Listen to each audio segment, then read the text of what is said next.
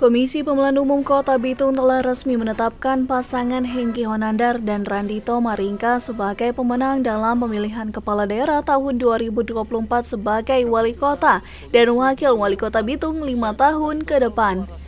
Menurut Hengki Honandar, kemenangan yang diraihnya bersama Randito merupakan kemenangan bersama dan untuk warga Kota Bitung. Ya, tentunya kami merasa berbahagia dengan adanya penetapan pada hari ini, dan ini juga sebenarnya untuk masyarakat Kota Bitung. Kemenangan kami bukan kemenangan hanya kami berdua, yaitu kemenangan seluruh masyarakat Kota Bitung juga.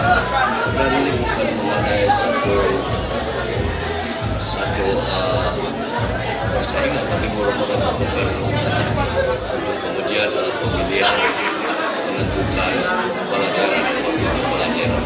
Pihaknya mengucapkan terima kasih kepada KPU Kota Bitung, terutama warga Kota Cakalang yang telah turut mensukseskan pilkada di tahun 2024 ini.